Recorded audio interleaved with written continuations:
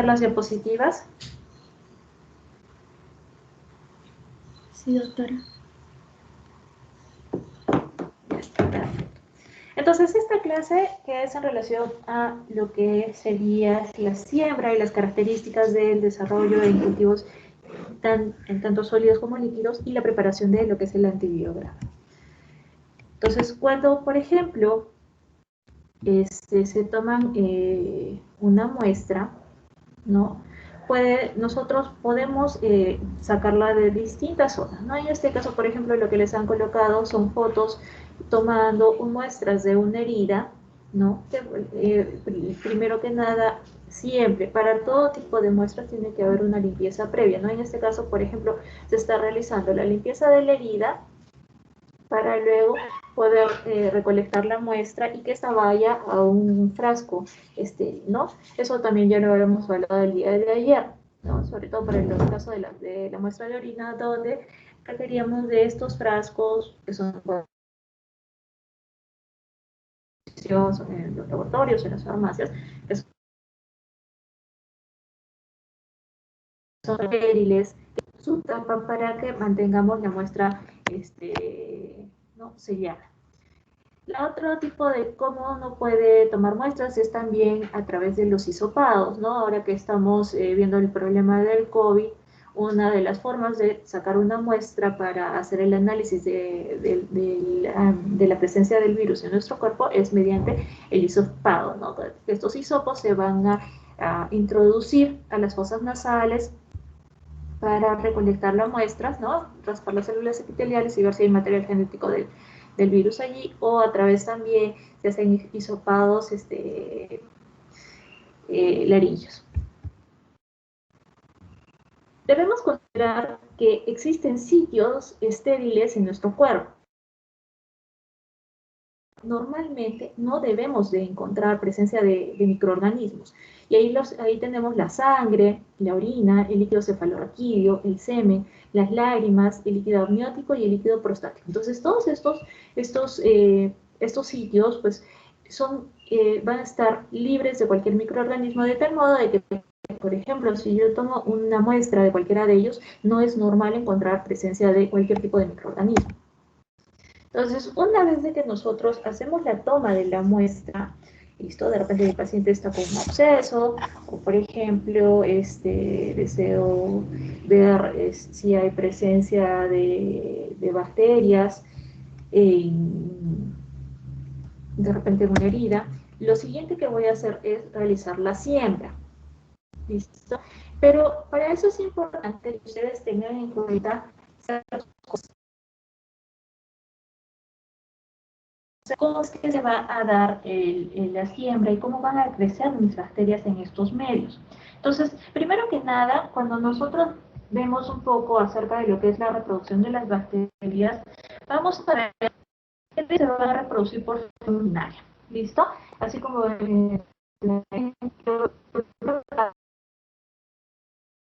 a alargar, va a formar lo que es una membrana citoplásmica transversal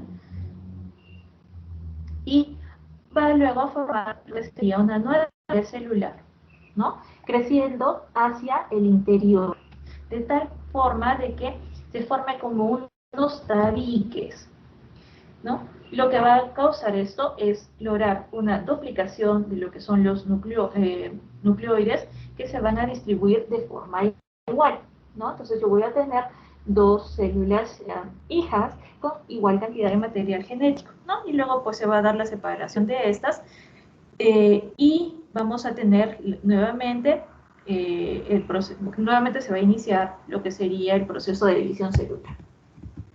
Doctora.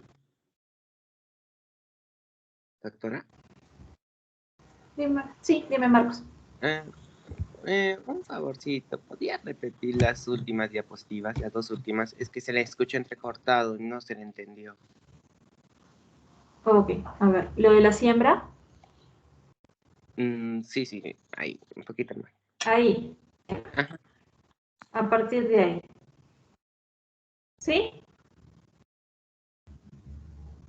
Sí, doctora, sí. Ya. Entonces, lo que les dije en relación a que cómo se reproducen las bacterias, está reproducida por fisión binaria, ¿listo?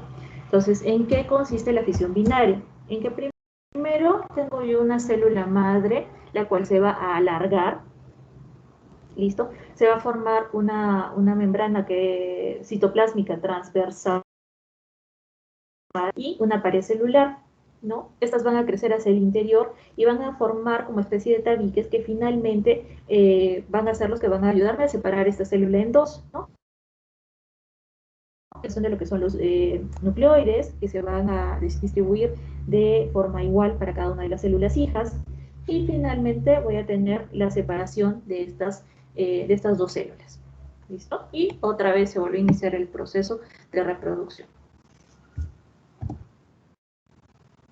Luego tenemos lo que es en relación al crecimiento de las bacterias. Se va a dar, no es digamos, de estacionario, ¿listo? Vamos a tener estas curvas que se van a presentar, y es importante que sepa reconocer y saber cuáles son las fases de este crecimiento bacteriano. Entonces, lo primero que se va a dar es esta fase, que es la fase LAC, que es la fase inicial, donde las bacterias se van a aclimatar a todas las condiciones del crecimiento. ¿Listo? Van a reconocer el medio en el cual van a estar y van a iniciar lo que es la síntesis del RNA y la duplicación del DNA. Es digamos, la primera fase. Luego de que se han aclimatado, ¿listo? Viene una fase exponencial. Esta fase exponencial vamos a encontrar que el número de bacterias empieza a duplicar, ¿no?, a intervalos muy regulares de tiempo, y va a ocurrir bajo condiciones ideales de crecimiento, ¿no? Es decir, que mi bacteria, para poder lograr mantener esta fase exponencial, lo que va a necesitar es tener abundantes nutrientes, ¿no? Como todo, ¿no? Si tienen de dónde nutrirse, pues van a empezar a crecer, a crecer, a crecer. Pero como todo, pues va a llegar hacia un punto máximo, ¿no? Y es allí donde se inicia la fase estacionaria. Entonces, en esta fase estacionaria, los nutrientes se empiezan a agotar y se empiezan a acumular todo lo que son desperdicios dañinos para la célula, y se inician los procesos de división celular y de muerte celular. ¿Listo? Entonces, una vez que finalmente las bacterias pues terminaron de agotar los nutrientes que estaban en el medio y la muerte celular empieza a ser mayor que la división celular, pues inicia la fase de muerte. Entonces, en esta fase de muerte celular simplemente se va a dar debido a que todas las condiciones que las bacterias tenían para favorecer su crecimiento, pues ya no las puede sostener, ¿no? Entonces, hay un agotamiento completo de los nutrientes, hay demasiados desperdicios que van a causar que simplemente las células empiecen a morir. Entonces, acuérdense, cuando hablamos de crecimiento bacteriano, tenemos 4 fases. La fase LAR, que es una fase de aclimatación, la fase de exponencial, que es donde la bacteria empieza a multiplicarse, la fase estacionaria, donde hay un equilibrio entre la división celular y la muerte celular, y finalmente la fase de muerte, donde obviamente las células empiezan a morir porque ya no hay condiciones para mantener su crecimiento. Entonces, dicho esto, cuando yo deseo, por ejemplo, que una bacteria crezca en un medio especial, ¿sí?, nosotros empleamos medios de cultivo. Entonces, estos medios de cultivo son soluciones que van a contener una serie de componentes que lo que hacen es nutrir a las bacterias. ¿Listo? Darles todos esos nutrientes que van a ayudar a su... Perdón. Vamos a regresar a la pantalla. ¿Listo? Que van a ayudar a que la bacteria pues, se empiece a replicar, ¿no? Empiece a crecer en estos medios y empiece a mostrarme ciertas características que me permitan identificarlas. Entonces, si nos acordamos un poco de lo que hemos hablado en las clases anteriores, ¿no? ¿Se acuerdan de que si yo hacía la tensión de Gram, yo podía decir, ok, esto es un coco Gram positivo o esto es un bacilo Gram negativo, ¿listo? Pero acuérdense que la finalidad de los estudios de microbiología es reconocer, poder identificar claramente cuál es el agente causal, o sea, darle el nombre y apellido a mi bacteria, ¿ok? Entonces, para eso yo necesito aplicar otras evaluaciones que me permitan determinar esas características para yo poder decir, ok, se trata de un Staphylococcus aureus o se trata de un Streptococcus epidermidis, lo que fuera. Entonces, dentro de esas pruebas tenemos esto, lo que son los medios de cultivo. Entonces, los medios de cultivo no solamente son medios donde yo voy a cultivar, donde voy a incentivar el crecimiento de una bacteria, ¿listo? Sino que también me va a permitir conocer ciertas características de estas. Entonces, la sustancia o digamos, el medio en el cual yo empiezo a estructurar estos medios de cultivo se llama agar. De repente, en algún momento lo han escuchado por ahí, los agares, que a veces los se utiliza para otras actividades, pero el agar es como una gelatina, ¿sí? Le da esa consistencia como una gelatina media dura, ¿sí? Donde yo voy a sembrar mi bacteria y esta va a crecer. Entonces, las proporciones en agar me van a permitir tener medios de cultivo de tipo sólidos, semisólidos y líquidos. ¿Ok? Los cultivos o el agar sólido y semisólido los vamos a colocarlos en placas, las placas Petri. Los de tipo líquidos solamente van a ir en tubos, ¿sí? Los sólidos y semisólidos también los puedo tener en tubos, ¿listo? Pero los líquidos son específicamente para tubos. Entonces, cuando yo hablo de medios de cultivo, yo tengo que pueden ser sólidos, semisólidos o líquidos, que los puedo tener en placas Petri o los puedo tener en tubos, ¿sí? Ahora, en estos medios de cultivo yo voy a adicionar nutrientes básicos, ¿no?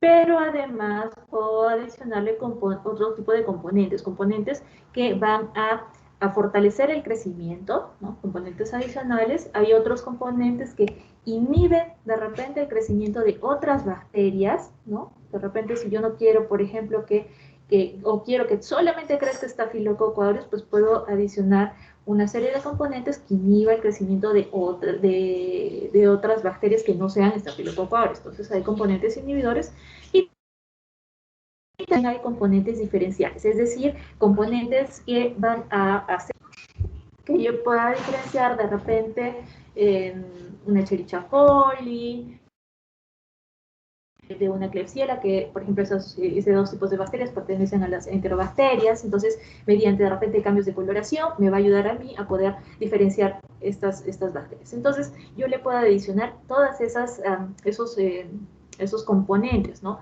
Para mejorar la evaluación que yo voy a hacer a través de mis medios de cultivo.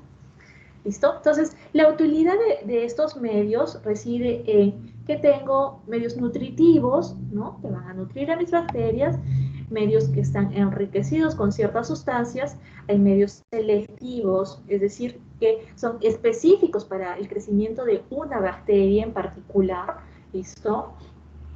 Y hay otros que son diferenciales, ¿no? Como estos de acá, por ejemplo, que me permite diferenciar, como les mencioné, ¿no? De repente un E. coli de una Klebsiella, que ambas son bacilos gram negativos, pertenecientes a las enterobacterias. Entonces, los medios de cultivo finalmente me determinan de guiar mi evaluación de microbiología. Entonces, estos agares, ¿no?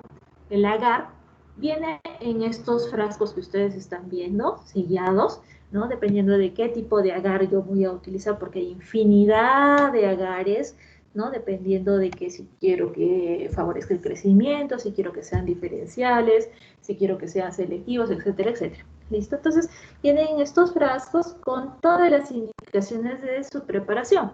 ¿Sí? No es de que de que para todos se hace la misma preparación, no. Hay indicaciones de cuántos gramos, por ejemplo, voy a necesitar utilizar para preparar cierta cantidad de placas. ¿Listo? Trabajamos con agua destilada para poder hidratar, porque todo esto pues viene en polvo. Así como si alguna vez han preparado la gelatina en casa o le han visto a la mamá hacer gelatina en casa, la preparación de estos medios de cultivo pues es muy similar, ¿no? Tengo que hidratar este polvo, este agar, yo voy a agarrar y voy a pesar, porque tiene que ser muy exacto la cantidad que voy a utilizar de acuerdo a la cantidad de placas que yo deseo preparar. Nosotros pesamos esta cantidad de agar, la vamos a hidratar con agua destilada, luego vamos a homogenizar la preparación. Muchas veces la llevamos al mechero para que se termine pues de desintegrar este polvo, ¿no? Tal y como hacen, por ejemplo, con la gelatina. La gelatina le tengo que echar agua caliente para para que no haya estos grumos. Igualmente, nosotros llevamos esta preparación al mechero y después la llevamos a la estufa para que esté estéril. Porque durante esta preparación, pues muchas veces pueden caer algunas esporas, algunos microorganismos que estaban en el medio, ¿no? Entonces yo no puedo permitir eso. Entonces siempre se lleva durante cierto tiempo, de acuerdo a las indicaciones que nos trae el frasquito, de acuerdo al medio que vayamos a preparar, la colocamos en las estufas para lograr la esterilización de estos medios de cultivo. ¿Listo? Entonces, por ejemplo, acá tenemos este medio de cultivo que es el agar de sangre, o agar sangre. Acá tenemos como viene, siempre va a venir en polvo, lo vamos a preparar, ¿no? Vamos a hidratar este polvito y además se le adiciona sangre. Generalmente es sangre de los carneritos de nuestros alumnos que nos donan generalmente, son 5 mililitros por cada 500 mililitros de agua que nosotros preparamos. ¿Listo? Y entonces, una vez que esté homogenizada, la colocamos en estas placas, ¿no? Nunca rellenamos toda la placa, siempre es casi, se vierte hasta 3/4 de la placa, ¿listo? Eso se deja enfriar, ¿no? Luego se va a solidificar, va a tener la misma consistencia de una gelatina, ¿ok? Y este agar sangre es un agar que me permite conocer una característica, que es la hemólisis, ¿no? Porque como va a contener sangre, ¿listo? Hay ciertas bacterias que tienen la capacidad de hemolizar los glóbulos rojos, de lisarlos, los glóbulos rojos, ¿ok? Entonces, mediante el agar sangre, yo voy a ver la hemólisis que pueden tener o que me pueden causar, que es una característica que a mí me va a ayudar también para poder diferenciar, ¿no? Qué tipo de bacteria estoy hablando. Y entonces, hay bacterias que tienen una enzima que se llama la hemolicina, que es la que actúa sobre estos glóbulos rojos que están presentes en este medio de cultivo. ¿Listo? Y es así que yo voy a tener la alfa hemólisis, la beta hemólisis y la gamma hemólisis. ¿Ok? ¿Y esto cómo se mira? Cuando yo tengo la alfa hemólisis, es una hemólisis que es parcial. ¿Listo? Yo he agarrado y en este medio, por ejemplo, que recién está hecho, yo voy a sembrar mi bacteria, tomo una pequeña muestra con mi asa de cole, ¿listo? Y hago el sembrado de mi bacteria. Ustedes están viendo acá que esto de acá, ¿sí? Es el crecimiento de la bacteria. Nosotros agarramos el asa de cole y hacemos esto. ¿Listo? Hacemos esto así, así. De esta forma, la llevamos a la incubadora por 24 horas a 37 grados, eso depende también de las bacterias que estemos estudiando, ¿listo? Después de ese tiempo, pues voy a ver el crecimiento de las colonias, de mis bacterias, porque lo que crece acá son grupos de bacterias que a eso se le llama colonias, ¿ok? Entonces, cuando está en este medio, como les digo, es específico para estudiar la hemólisis. Entonces, si mi bacteria ha logrado una lisis parcial de estos glóbulos rojos, ¿ok? Es una alfa hemólisis, es la lisis parcial. ¿Qué quiere decir? Que cuando yo lo miro hacia la luz para poder ver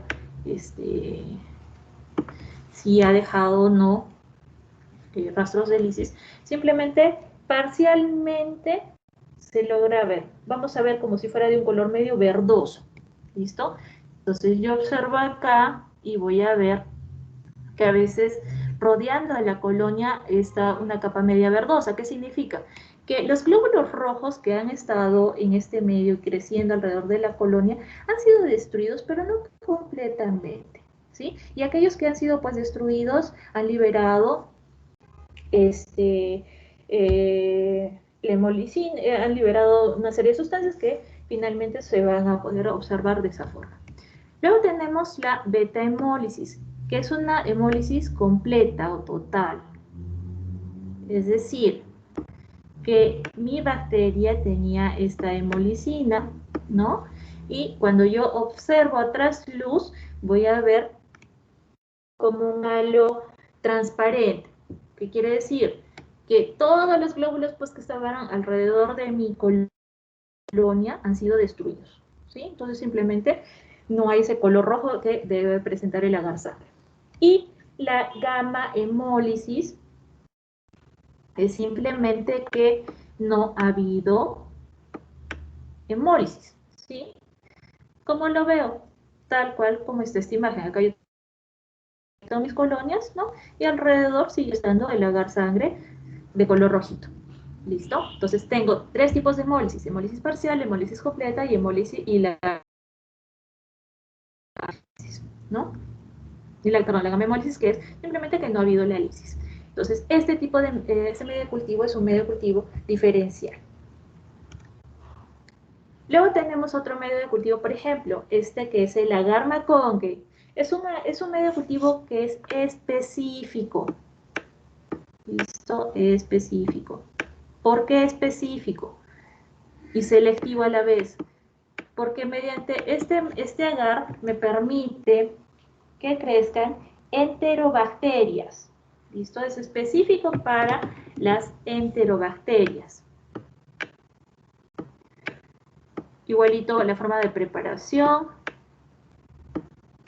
¿no? Enterobacterias, como sería, por ejemplo, el caso de Escherichia coli, la Shigella, Pseudomonas, Klebsiella, ¿listo? Enterobacter, ¿no? Que lo vamos a ver más adelante. Tiene este color rosado y en este medio McConkey, como les digo, es específico para estas enterobacterias y además me va a dar la posibilidad de que estas enterobacterias pues demuestren ciertas características, ¿no? Que me permitan también de cierto modo diferenciarlas, ¿no? Entonces va a ser un medio selectivo y diferencial, ¿no? Donde yo debo de tomarlo para, sobre todo, enterobacterias, que son bacilos gram negativos. Este medio McConkey utiliza como fundamento la fermentación de lo que es la lactosa. Si fermentan la lactosa, pues son de color rosado. ¿Listo? Esa es una característica del agar McConkey. Luego tenemos, acá tenemos que este agar McConkey, pues es un medio sólido, diferencial y selectivo, que como les dije, ¿no? Se utiliza para diferenciar las bacterias con capacidad de fermentar la lactosa. Entonces, si no son lactosa positivos, son de color rosado, como les indiqué, y si no fermentan la lactosa, pues van a tener este color medio amarillento.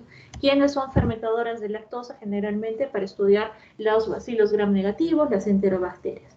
Dentro de su composición, ¿cómo viene este tachito? tachito, ese frasquito, contiene toda esta serie de compuestos. Peptona, que es la fuente de nitrógeno y carbono para las bacterias que son lactosa negativo. Viene obviamente lactosa, que sería la fuente de carbono para las bacterias lactosa positivo. Además trae sales biliares, que va a dar justamente esa selectividad de este medio para inhibir el crecimiento de los gram positivos. Por eso les está indicando solo selectivo para gram negativos. El cloruro de sodio, que lo que hace es mantener esa consistencia, la tonicidad del medio. El rojo neutro, que es lo que hace que el medio cambie de color, vire de color, ¿no? Entonces, por eso es que cuando son lactosa positivos se producen ácidos que vienen a ser derivados de la fermentación, ¿no? Y por eso es que tiene ese color rosado, ¿no? A diferencia de lo que son lactosa negativos, donde el medio no va a ser ácido, sino más bien va a ser básico, porque lo que van a usar es la peptona y da ese color medio amarillento. Además también trae el cristal violeta, que actúa junto con las sales biliares para la selectividad del medio, ¿no? Evitando de que crezcan los gram positivos. Y obviamente lo que es el agar-agar, que digamos que es la base para darle esa consistencia a nuestros medios. El agar-agar lo va a tener todos nuestros medios de cultivo. Entonces, esos son dos ejemplos de lo que serían los medios o los agares, ¿no? Aparte del agar sangre y del agar Maconque, pues por ejemplo tenemos el agar nutritivo, que como dice su nombre, me permite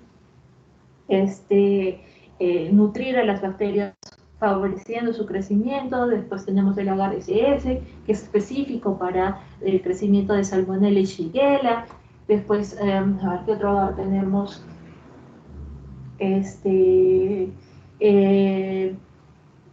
Bueno, poco son una infinidad de medios, pero los más, digamos, los más representativos, ahí tenemos el agar sangre y el agar macón. ¿Listo? Ahora, ¿cómo es que debo yo de hacer la siembra adecuada en estos medios de cultivo? No es que simplemente agarre un poco de la muestra y listo. No, lo hacemos con una serie de movimientos. Acá, por ejemplo, lo que tienen ustedes, esto sería la representación de una placa, ¿listo? En un medio de cultivo, esta es mi asa de cole. Se darán cuenta que acá en la asa de cole tiene pues como que una orejita en la cual yo voy a agarrar y voy a tomar una pequeña cantidad de la muestra que voy a sembrar, ¿listo? Entonces, se hace o se aplica la técnica que es por aislamiento por agotamiento en estrías. ¿Qué quiere decir? Que yo voy a hacer estos movimientos, ¿no? De dibujar estrías sobre el medio, delicadamente, porque si yo lo hago con fuerza, como es una gelatina, o tiene la consistencia de una gelatina dura, ¿listo? Si yo hago con mucha fuerza, pues voy a dañar el medio de cultivo. Entonces se hace suavecito para que me queden rastros de estas muestras sobre la superficie de mi medio. Entonces inicio haciendo estrías que son muy pegaditas, ¿listo? Luego paso hacia el otro sentido, separando un poco más las estrías. ¿Por qué? Porque ya estoy agotando la cantidad de muestra que tengo en mi asa de cole para finalmente hacer una estría más separada donde ya voy a poder ver el crecimiento de las colonias. Entonces, como dice acá, la técnica de aislamiento es la que más utilizamos, ¿no? Y consiste en sembrar en un medio de cultivo sólido que se va a encontrar en una placa, de tal forma de que los microorganismos pues generen colonias separadas. Entonces, por ejemplo, acá en esta imagen, esto que ustedes que están viendo acá es el primer movimiento que damos. Entonces, la mayor parte de la muestra la estoy sembrando acá. Acá simplemente yo estoy tratando de agotar, ¿listo? La cantidad de bacterias, ¿no? Luego pasamos a hacer las estrías un poquito más separadas y finalmente con mayor separación. ¿Esto qué me va a permitir? Poder observar las características de la colonia. Yo les he dicho que la colonia se denomina a la agrupación de bacterias, ¿no? De una misma especie. ¿Listo? Por ejemplo, bacterias que son los estafilococos, ¿no? Estafilococos que son gram positivos, pues juntitos van a crecer en estas cosas que son colonias. Entonces, la finalidad de hacer todos estos movimientos es que cuando yo observe esta área donde la estría ha estado más separada, yo pueda diferenciar estas cosas. ¿Qué características se van a dar en las colonias? La colonia es esto. Acá tengo una colonia, acá tengo otra colonia, ¿listo? Eso es una colonia. Entonces, la colonia no es todo esto, colonia es esto. Esto es una colonia, ¿ok? Entonces, yo tengo que de acá poder diferenciar, ok, esta colonia tiene bordes definidos, de color negro, ¿no? Con un halo central, un halo periférico, de repente de superficie lisa, de consistencia, no sé, pastosa. Puedo estudiar una serie de características propias de la colonia que a mí también me van a ayudar a poder identificar el microorganismo que estoy observando, ¿no? Que estoy estudiando. Ahora, en el caso de que utilice tubos, también se utiliza una forma peculiar de siembra, ¿no? Acá, por ejemplo, tenemos el tubo, ¿no? Y el medio de cultivo, el agar, no, generalmente, dependiendo de qué tipo de agar sea, va a ser puesto de una forma especial para que quede esta inclinación. Entonces, mientras está líquido, pues yo lo voy a girar un poquito para que cuando se solidifique me quede esta inclinación, ¿no? Y eso me va a permitir a mí conocer de repente características manifestadas en la parte superficial y otras que se van a dar en el fondo. Cuando tengo este tipo de agar inclinado, igualmente ¿no? Tomando una asa de cole, se llama, por si acaso, asa de cole, el instrumento con el cual yo hago la siembra, asa de colle, se escribe colle pero se pronuncia colle, listo, asa de colle, y cuando no tiene la asa es aguja de colle, listo. Entonces con el asa de cole pues yo hago la siembra en zigzag y con el aguja de cole igualito. Más se utiliza cuando el agar es un medio semisólido y no va a tener esa inclinación, ¿no? Simplemente va a ser de forma horizontal y lo que nosotros hacemos es una punción. Ingresamos la aguja de cole hasta el fondo y vamos sacándolo de tal forma de que mientras voy ingresando y retirando pues va quedando rastros de el microorganismo, ¿no? Y eso nosotros lo vamos a estudiar. Y acá les han colocado una imagen de los distintos agares, ¿no? El agar TCI, el agar LIA, que generalmente son los que empleamos con inclinación. Hay otros más que vamos a ver cuando estudiemos las enterobacterias, ¿no? Ahora, este agar Müller-Hinton es un agar especial, es un agar específico para hacer el antibiograma. ¿Listo? Que lo vamos a ver ahorita. El antibiograma solo se hace en agar Müller-Hinton, en ningún otro agar. ¿Listo? Y la técnica que yo voy a utilizar para las siembras es el estriado masivo. ¿En qué consiste? A diferencia del otro, que era por agotamiento, el estriado masivo yo voy a hacer las estrías en todas las direcciones. Voy por este lado, voy por este lado. También yo generalmente lo hago también por este lado. De tal modo de que todo esto, ¿listo? Todo este medio se encuentre repleto de bacterias para que puedan crecer. ¿Listo? Este medio yo no necesito identificar características de colonias. Necesito que las bacterias crezcan para que yo pueda ver su respuesta frente a ciertos antibióticos. Por eso es el antibiograma. Entonces, el antibiograma es el estudio que yo hago para ver si una bacteria es resistente o si es sensible a un antibiótico, ¿no? ver si crece o si se inhibe su crecimiento al estar en contacto con discos de antibiótico. Y eso solo lo puedo hacer haciendo ese tipo de siembra con el estriado masivo en un medio específico que es el medio Müller-Hinton. ¿Listo?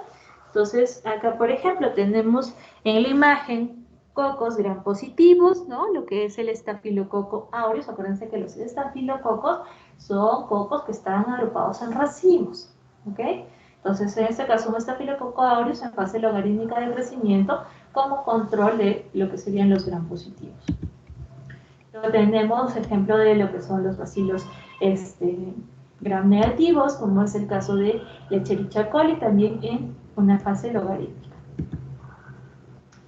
Muy bien, entonces, ahora, yo les he mencionado que cuando yo siembro mis bacterias en estos medios de cultivo, mi principal, o una de las cosas que yo debo de evaluar es la morfología de la colonia, ¿no? Las características que tienen cada una de estas colonias. Entonces, ¿qué cosas nosotros vemos? Por ejemplo, vamos a ver la elevación, si son planas, convexas, elevadas, umbiliformes o son umbilicadas. El borde, si es un borde entero, filamentoso, ondulado, aserrado o lobulado. ¿Qué forma tiene? Si es puntiforme, si son circulares, si son filamentosas, irregulares, rizoides o si son fusiformes. Entonces, por ejemplo, acá tenemos la muestra, acá es una placa de cultivo donde han crecido colonias, ¿sí? Entonces, esta es una colonia. Lo interesante es verlas por separado, porque si están muy juntitas, pues yo no puedo analizar todas estas características, ¿no? En este caso, pues, esta es una colonia que tiene una superficie lisa. Acá es superficie, por favor. Superficie lisa, ¿no? Que es medio de aspecto un poco mucoide, los bordes son regulares, ¿no? Es redondeada. Y en este caso, esto es una muestra de hongos, porque los hongos también nosotros los podemos cultivar en estos medios, ¿no? Es una superficie rugosa con los bordes medios lobulados, la superficie, pues, digamos yo que es rugosa, de color blanquecino. ¿Listo? Por ejemplo. Entonces, el usar medios de cultivo no es solamente para que las bacterias crezcan, ¿listo? Sino para identificar, como les menciono, una serie de características que finalmente me lleven a dar un diagnóstico. Y entonces, en el caso del antibiograma, que ya se los mencioné, el antibiograma es la prueba microbiológica que utilizamos o que realizamos para poder determinar la susceptibilidad, es decir, la sensibilidad o la resistencia de una bacteria a un grupo de antibióticos. Entonces, los objetivos es medir la sensibilidad de una cepa bacteriana que se sospecha que es responsable de una infección, ¿no?, a uno o varios antibióticos y seguir la evolución de las resistencias bacterianas. Sobre todo en esta época en la cual hay un descontrol en relación al uso de los antibióticos. Ustedes se darán cuenta de que ahora van a la farmacia, ustedes piden un antibiótico y no les van a pedir una receta médica, ¿no? ¿Cierto? Cualquiera lo puede dispensar. Entonces, pero ¿en base a qué están dando los antibióticos, ¿no? Alguna de esas personas tendrá formación para poder saber por qué le tienes que dar un antibiótico. Por ejemplo, algo que me pasó cuando estaba haciendo el serum, ¿no? Que todos los pacientes te consideraban buen médico si por el resfrío les dabas un antibiótico, ¿no? Cuando sabemos que el resfrío es de origen viral. La mayoría de los resfríos son de origen viral. Entonces, ¿por qué tendría que darle un medicamento que ataca bacterias si la infección que tiene el paciente es de origen viral? No tiene razón de ser, ¿no es cierto? Entonces, yo tengo que identificar primero quién es el causante de la infección de los pacientes para recién poder indicar qué tipo de medicación es la que necesitan, ¿no? Y si hablo de antibióticos, pues yo no puedo dar cualquier antibiótico, ¿no? Los antibióticos son específicos para, de repente, anaerobios, para aerobios, aerobios facultativos, pseudomonas, etc. ¿Listo? Entonces hay que conocer primero quién es el culpable para después saber con qué lo voy a matar. ¿Listo? Y para eso sirven los antibiogramas, para que nosotros podamos conocer cuáles son los antibióticos o los antimicrobianos, ¿listo? Porque más con los antimicrobianos que van a hacer frente a la infección que de repente está causando los problemas en mi paciente, ¿listo? Entonces, para hacer estos antibiogramas, ya les he dicho que el agar que utilizamos es el agar Müller-Hinton, ¿listo? Y que nosotros lo que hacemos es hacer una siembra en este medio. Lo sembramos de repente la bacteria que hemos identificado, ¿no? Mediante los estudios previos. Y lo siguiente es colocar estos discos, ¿sí? Que son como unos papelitos que van a contener los distintos antimicrobianos. Algunos vienen ya en esta especie como que de lapiceros que se pueden fácilmente dispensar sobre la superficie de mi medio de cultivo, ¿no? De mi agar Müller-Hinton. Entonces, tenemos el agar Müller-Hinton, sembramos la bacteria que ya sabemos cuál es, y lo siguiente es colocar los discos de esta forma, ¿no? Coloco acá un disco, coloco acá otro disco, acá tenemos, por ejemplo, plantillas, ¿no? Para 4, dependiendo del tamaño de la placa, ¿sí? Tienen que ir separados, no pueden ir juntos. ¿Por qué razón? ¿No? Entonces utilizamos los discos de antibióticos en un agar que contiene bacterias, ¿no? Acá el medio de cultivo ya hemos dicho que es el Müller-Hinton, no lo puedo realizar en otro medio de cultivo porque no están preparados por eso, ¿no? Y el plano de colocación pues es este, ¿no? Cómo deben ir colocados los discos, porque acuérdense que acá está todo el relleno de bacterias. Entonces, primero preparamos el inóculo, ¿no? Acá tenemos un mechero con una asa de cole estéril. Entonces la forma de esterilizar mi asa de cole es pues sometiéndola directamente a la llama, la esterilizo, la dejo enfriar un poquito, ¿no? Y luego voy a agarrar y voy a tomar pues la muestra que deseo sembrar, ¿no? Colocamos, una vez que haya tomado la muestra con la asa de cole, pues vamos a colocar una colonia bacteriana en el agar que se encuentra en la placa de Petri. Nos dice, la muestra se realiza en asepsia.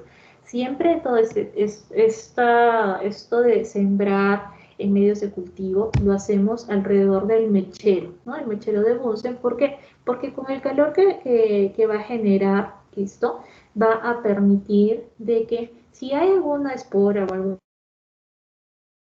como les mencioné, alrededor en el medio ambiente, pues no logre caer sobre mis medios de cultivo que están estériles y no se me contamine mi evaluación.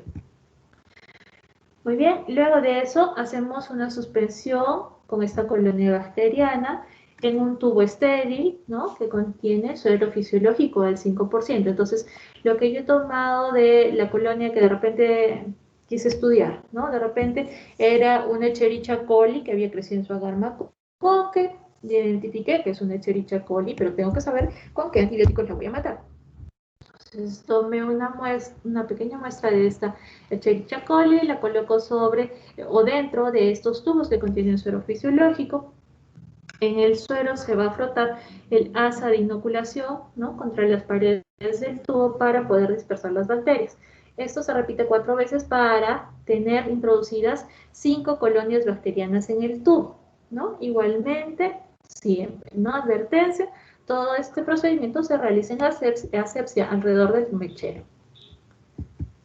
Luego de esto, homogenizamos el tubo, ¿no? Haciendo una rotación manual y escribimos 1 en este tubo, como para poderlo identificar. Luego de este paso, vamos a ver que sigue la inoculación en el medio de Müller-Hinton para hacer el antibiograma. Entonces, en este tubo 1 vamos a colocar una torunda, ¿no? Un hisopo estéril. Todo siempre se trabaja con elementos estériles. Sumergimos la torunda estéril ¿no? Esta torunda se va a humedecer, lo que hacemos es escurrir el exceso de líquido contra la pared del tubo, ¿no? De esta forma. Y luego procedemos a inocularlo en el medio Müller-Hinton, ¿no? Con la extensión de la torunda en la parte superficial. Y se consigue de esta forma hacer estas estrías, ¿no? Estrías estrechas. Esta operación la vamos a realizar 2 veces, rotando la placa de Petri para que haya una buena distribución del inóculo en esta superficie. Por eso es que les decía, ¿no? Pasamos acá de una forma, lo rotamos, luego hacemos esto, lo volvemos a rotar y finalmente vamos a tener esto.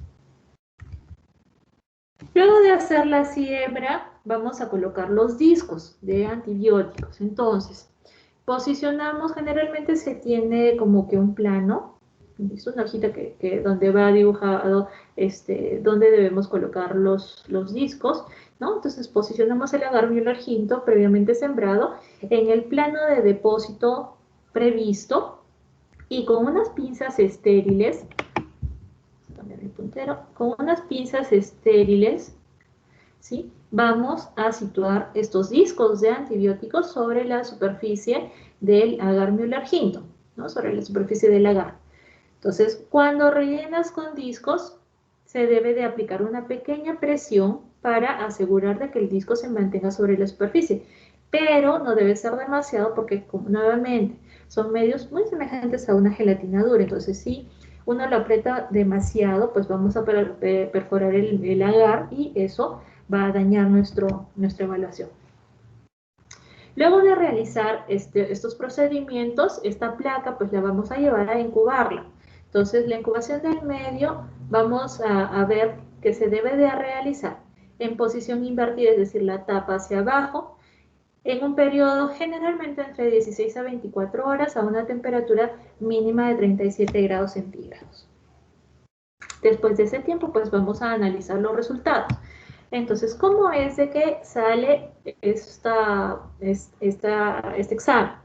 Después de que le hemos incubado, ¿no? Esta plaquita, lo que tenemos que es esta imagen, ¿sí? Nosotros acá hemos sembrado y han crecido pues colonias, acá están los discos que hemos puesto y la aplicación o la forma como se debe leer este antibiograma es midiendo el diámetro de las zonas de inhibición de crecimiento, ¿no? Que se ha dado alrededor de los discos.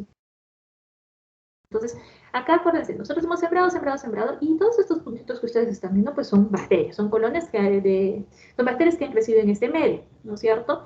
Entonces, yo he colocado los discos, y aquellos antibióticos que sí funcionan frente a esta bacteria, obviamente lo que van a hacer es inhibir su crecimiento. Por eso que vemos estos halos, estos espacios libres de crecimiento de la bacteria, ¿sí? Hay otros sitios como por ejemplo acá, donde he colocado mi disco de antibiótico y la bacteria igualito ha crecido. ¿Qué significa? Que pues este antibiótico no le ha hecho nada, no ha servido y la bacteria no ha tenido problema y ha seguido creciendo, ¿no? En cambio estos, ¿qué ha pasado? Pues el antibiótico sí ha funcionado y ha inhibido el crecimiento de las bacterias. Entonces lo que nosotros hacemos es medir el diámetro de estos halos o de estas zonas de inhibición de crecimiento, ¿no? Utilizamos una regla y vamos a ver cuánto mide.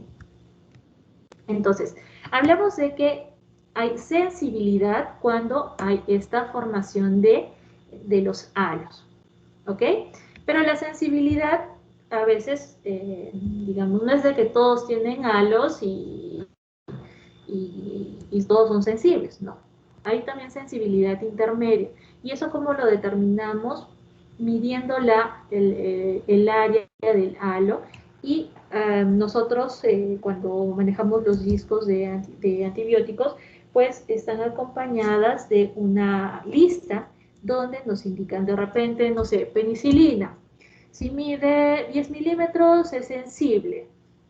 Si mide 5 es resistente. Entre 5 y 10 es sensibilidad intermedia, por ejemplo. ¿Listo? Entonces, esas listas siempre uno las tiene que manejar dependiendo del laboratorio con el cual se trabaje, ¿no? Entonces, por ejemplo, acá yo veo que puede ser sensible, de acuerdo a lo que voy a ver, ¿no? Acá sensibilidad intermedia, y obviamente lo más seguro es de que sea resistente, ¿no? La resistencia significa de que pues, no ha inhibido el crecimiento. Entonces, opción es cuando un aislado bacteriano es inhibido in vitro por la concentración de un antimicrobiano que se asocia a una alta probabilidad de éxito terapéutico. Entonces, si se demuestra que mi bacteria es sensible a ese antibiótico, pues será de repente el antibiótico o el antimicrobiano de primera mano que voy a utilizar, porque estoy segura de que va a funcionar. ¿Listo? Una sensibilidad intermedia es cuando un aislado bacteriano es inhibido in vitro por la concentración de un antimicrobiano que se asocia a un efecto terapéutico incierto. ¿Qué quiere decir esto? Que si yo dentro del informe del antibiograma digo, por ejemplo, penicilina, sensibilidad intermedia, pues el médico tratante sabrá de que no va a ser la mejor opción para poder tratar a ese paciente, ¿no? Hay pacientes en los cuales a veces no tienen ningún fármaco al cual son sensibles. Solamente empiezan a tener fármacos a los cuales tienen sensibilidad intermedia. Entonces no me queda de otra que usarlo. Pero yo no sé si de repente va a haber una buena o mala respuesta. ¿Listo? Y obviamente la resistencia es cuando cuando un aislado bacteriano es inhibido in vitro por una concentración de un antimicrobiano que se asocia a una alta probabilidad de fracaso terapéutico. Obviamente, si es resistente ese antibiótico, yo no lo puedo usar. Hay casos en los cuales sí se ha visto de que pacientes son resistentes a todos los antibióticos, ¿no? Y eso generalmente es un serio problema y que se da justamente por el uso indiscriminado de los antimicrobianos, ¿no? Entonces, el ser resistente, que va a ir siempre lo van a ver con esta sigla, con R, ¿listo? Es una categoría clínica definida para las pruebas de susceptibilidad in vitro. Las cepas bacterianas incluidas en esta categoría no son inhibidas, no inhiben su crecimiento por las concentraciones séricas del antibiótico, normalmente alcanzadas con las dosis habituales del mismo, ¿no? Poseen comúnmente mecanismos específicos de resistencia bacteriana, que eso lo van a ver en la parte de teoría, o la eficacia clínica del antibiótico frente a la bacteria no ha sido comprobada, ¿no? Por eso se da la resistencia. En el caso de la sensibilidad, es una categoría clínica definida para las pruebas también de susceptibilidad in vitro, que implica que la infección debida a la cepa bacteriana estudiada puede ser tratada de forma apropiada con las dosis de antibióticos recomendadas para el tipo de infección y para la especie infectante, ¿no? A menos que haya alguna contraindicación, ¿no? Que sea alérgica justamente al antibiótico que uno es sensible. Entonces, los discos que utilizamos, ¿no? Los discos de sensibilidad antibiótica que debemos de colocar en un antibiograma, por ejemplo, para el Staphylococcus aureus, ¿no? Todo esto ya viene determinado, no es de que yo elijo cualquier antibiótico al azar, no. ¿Listo? Tenemos un perfil de acuerdo a la bacteria que uno haya diagnosticado. Entonces, como grupo 1 tenemos todos estos medicamentos, oxacilina, penicilina, eritromicina, clindamicina, el cotrimoxazol, que también es conocido como trimetoprim sulfamethoxazol, la vancomicina, gentamicina, ciprofloxacina. Entonces, generalmente este primer grupo son los que voy a tener mejor respuesta, ¿no? Y también tenemos grupo 2, que son clorafenicol, rifampicina, la tetraciclina, la teicoplamina, a veces la nitrofurantoína y el norfloxacino, ¿no? Como grupo 2. Entonces, como les dije, nosotros usamos tablas de lectura para poder indicar si es sensible o resistente, ¿no? Esta cepa a los antibióticos que hemos probado. Por ejemplo, si yo he probado o he colocado estos cuatro antibióticos en mi placa, ¿no? Ampicilina, trimetoprim sulfamethoxazol, eritromicina, gentamicina. Entonces, voy a ver, mido cuánto es el diámetro, ¿listo? Y lo comparo con lo que me dice, ¿no? En mi tablita me dice resistente si es que el diámetro de inhibición es menor a 14 milímetros. Sensible si es que el diámetro de inhibición es mayor a 19 milímetros. Entonces, imagínense, tengo mi Acá tengo mi placa, ¿sí? He sembrado, listo, mis bacterias con mis discos. Imagínense que acá tengo el disco, el halo formado por la ampicilina. Entonces yo agarro mi reglita, mido esto y me da, por ejemplo, 12. Ok, 12 milímetros. Entonces, me dice que es resistente si el diámetro de inhibición es menor a los 14 milímetros. Es decir, si yo tengo 12 milímetros, entonces mi bacteria es resistente a la ampicilina. ¿Listo? Imagínense que el diámetro no es 12, sino es 25. ¿Listo? Entonces yo veo, ok, 25. Si el diámetro es mayor a 19, significa que es sensible. Entonces, si mide 25, pues será sensible a la ampicilina. ¿Qué pasa? ¿Qué pasaría si yo tengo o mido un diámetro de 17? No, me están diciendo, si es menor a 14 es resistente, ¿no? Menor a 14 resistente y mayor a 19 sensible, pero yo tengo 17. ¿Cómo lo considero? Como sensibilidad intermedia. ¿Listo? Cuando cae entre los valores que me da entre resistencia y sensibilidad, ¿no? Lo considero como sensibilidad intermedia, ¿no? Entonces, este tipo de tablas no las hacemos nosotros, ¿no? Eso va dependiendo del laboratorio que produce estos fármacos, ¿no? Entonces, el test de susceptibilidad a un antibiótico pueden ser cuantitativos, en ese caso cualitativos cuando utilizamos pruebas o test por difusión con discos, que es el antibiograma, y lo que son cuantitativos, ¿no? Cuando utilizamos un test de dilución en caldo o agar. Por si acaso, caldo se denomina a estos medios de cultivo líquidos, ¿sí? Caldo es un medio de cultivo líquido, ¿ok? Existe también formas de hacerlo, estos antibiogramas pues automatizados, ¿no? En los hospitales, por la gran cantidad de muestras que manejan, pues tienen antibiogramas automatizados, utilizando una serie de máquinas, ¿no? Que evalúan de la misma forma, ¿no? Se hace casi lo mismo, tomando muestras de las colonias, igualito se diluye en el tubo, se toma esta muestra del tubo y se inserta sobre una serie de, digamos, plantillas que ya incluyen los medicamentos a analizar, ¿no? Y igualmente en 24 horas pues vamos a tener la lectura de estos antibiogramas.